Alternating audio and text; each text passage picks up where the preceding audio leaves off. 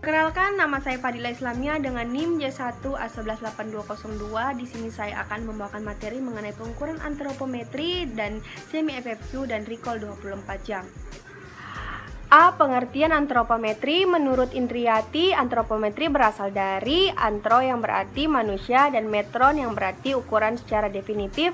Antropometri dinyatakan sebagai suatu studi yang alat untuk food recall, berbagai alat rumah tangga yang digunakan untuk menggali besar porsi yang dikonsumsi beberapa.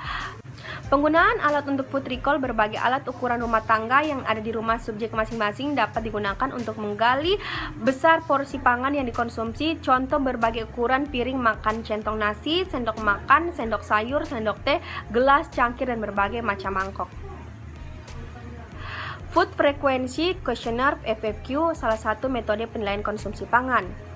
A. Prinsip penggunaan FFQ. Prinsip umum dalam penggunaan FFQ dan semi FFQ adalah kekerapan konsumsi pangan sebagai faktor risiko munculnya kasus gizi yang salah. Kekerapan konsumsi pangan inilah yang harus dapat terukur dengan tepat melalui metode FFQ. Berdasarkan pertimbangan ini, maka beberapa prinsip FFQ adalah sebagai berikut. Yang pertama, studi pendahuluan, daftar makanan dan minuman, kelompok bahan makanan, periode waktu lama,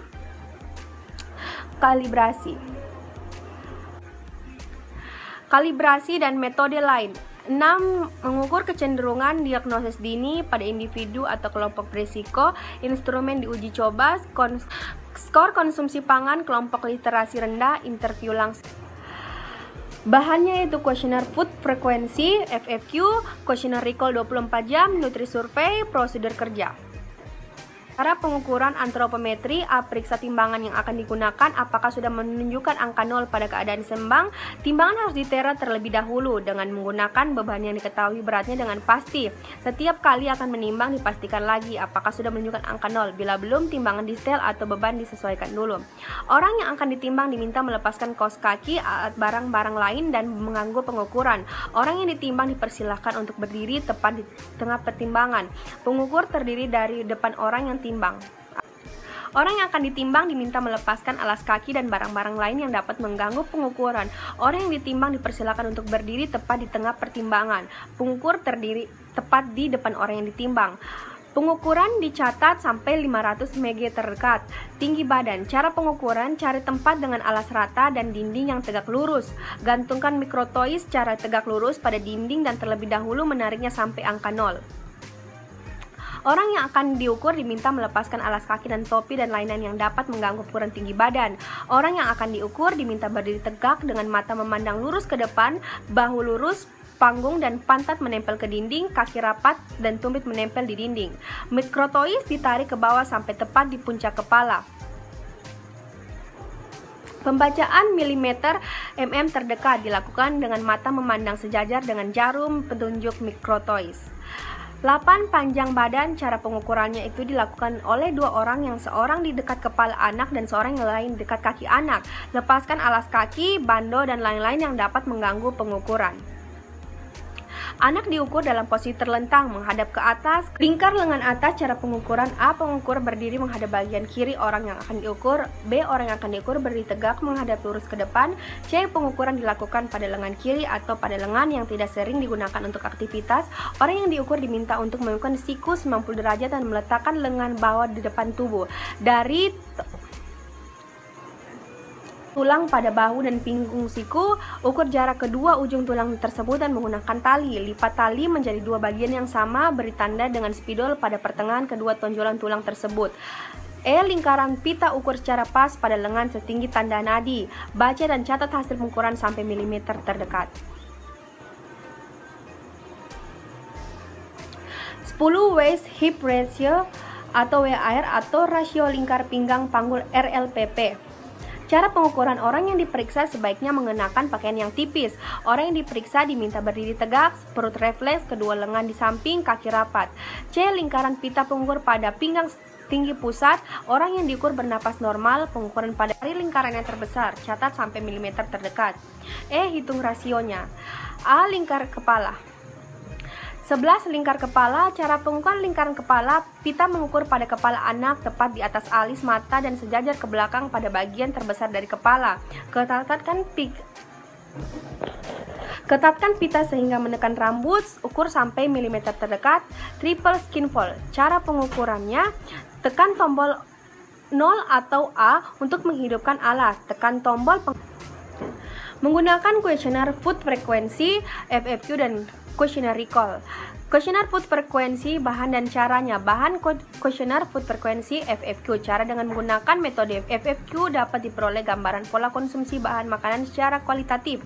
Tapi karena periode pengamatannya lebih lama dan dapat membedakan individu berdasarkan ranking tingkat konsumsi zat gizi, maka cara ini paling sering digunakan dalam epidemiologi gizi. Langkah-langkah metode FFQ adalah sebagai berikut.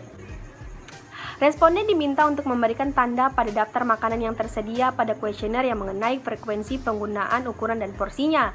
Lakukan rekapitulasi tentang frekuensi penggunaan jenis-jenis bahan makanan, terutama bahan makanan yang merupakan sumber-sumber zat gizi tertentu selama periode tertentu pula. Sedangkan prosedur penggunaan S-Cube FFQ menurut Fahmi adalah estimasi ukuran porsi yang dikonsumsi subjek ke dalam ukuran berat gram. Mengkonversi semua frekuensi daftar bahan makanan untuk perharinya, misalnya nasi dikonsumsi 3 kali per hari, ekuivalen dengan 3.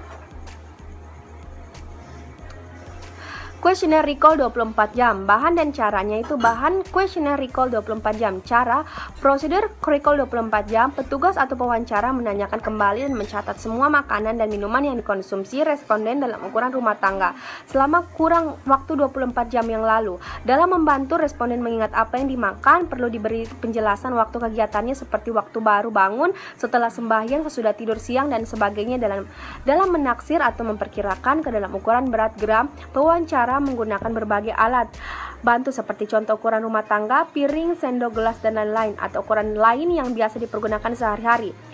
Apabila penggunaan hanya dilakukan 1 kali 24 jam, maka data yang diperoleh kurang representatif untuk menggambarkan kebiasaan individu. Oleh karena itu, recall 24 jam sebaiknya dilakukan berulang dan harinya tidak berturut-turut. Oke, membandingkan dengan daftar kecukupan gizi yang dianjurkan DKGA atau AKG. Mungkin di sini saya akan memberikan contoh mengenai cara melakukan wawancara terhadap responden dengan menggunakan kuesioner semi FFQ dan recall. Untuk melakukan pengukuran antropometri pada responden pertama, saya tidak melakukan karena berhubung terbatas alat dan bahan. Tetapi untuk pengukuran recall 24 jam pada responden pertama, saya akan menanyakan terhadap Bapak Sofian mengenai apa yang dia makan pada 24 jam. Untuk sahurnya, Bapak makan apa? Terima kasih. Nah, jadi saya makan sahur itu 3 sendok nasi. Ya. Sayuran 2 potong. Ya, sayur apa Pak itu? Sayur terong, ya. sama sayur beningnya itu bayam. Terus ikan Bapak makan? Ikan 2 potong ikan bandeng. Oh iya. Puasanya Bapak makan apa? Terutama pertama itu saya minum air putih. Oh ya. Sama teh panas. Kedua untuk mendinginkan rasa dahaga itu apa namanya? Pisang hijau sama gorengan begitu. Oh iya. Menu sahur Ibu? Nasi, cumi hitam sama sayur bening. Kalau buka puasa Bu? Pisang hijau sama bolu coklat. Kalau makan malam? Ikan sama sawi, cak sawi. Nasi tidak Bu? Makan nasi toh? Oh iya. Wawancarai responden berapa kali Kak Ibu memakan nasi dalam per hari? 2 kali. Kalau bihun berapa kali? Sebulan 2 kali. Oh iya. Kalau daging dan bakso? Seminggu 1 kali. Oh iya. Kalau ikan Bu? 1 hari 1 kali. Oh iya iya. Telur juga Bu berapa? Sama 1 hari 1 Oh kali. iya iya. Nah, anu lagi tuh sayur lagi. Sayur bayam dengan sawinya Bu berapa kali dalam per minggu kita makan? 3 kali. Kalau untuk masalah tempe dan kangkung itu 1 hari. 1 kali? Oh iya Bu. Kalau buah-buahan seperti pisang dan alpukat kita konsumsi 2 berapa? kali sehari. Oh, kalau umpamanya kayak pepaya dengan 3 apel? kali seminggu. Oh iya Bu, makasih nah Bu Iya, atas sama-sama. informasinya ya. Pengukuran antropometri terhadap responden ketiga saya yaitu Fadli berumur 14 tahun. Tetapi karena berhubung keterbatasan alat dan bahan, maka pengukuran antropometri tidak dilakukan. Tetapi akan dilakukan yaitu pengukuran recall 24 jam. Saya akan menanyakan terhadap saudari Fadli, apakah sensor Anda? 3 sendok nasi dan 3 ekor udang. Kalau buka puasa, Puasa pisang hijau dengan bakwan. kalau makan malam, 3 sendok nasi dengan 1 potong ayam. saya akan melanjutkan untuk menanyakan terhadap responden 3 saya itu mengenai kuesioner semi FFQ. Apakah saudara Fadli memakan nasi berapa kali dalam sehari? 2 kali dalam sehari. Seperti ubi atau singkong berapa kali? 2 kali dalam sebulan. 2 kali. Berapa kalikah Anda mengonsumsi sayur bayam dan kangkung dalam sehari? 1 kali dalam sehari. Kalau sawi dan tempe? 3 kali dalam seminggu. Oh ya. Berapa kalikah Anda mengonsumsi buah pisang dalam sehari? 2 kali dalam sehari. Kalau apel, pepaya, dan alpukat berapa kali dalam seminggu? 3 kali dalam seminggu. Ya, terima kasih. Mungkin itu saja penjelasan dari saya. Lebih dan kurangnya mohon dimaafkan. Wassalamualaikum warahmatullahi wabarakatuh.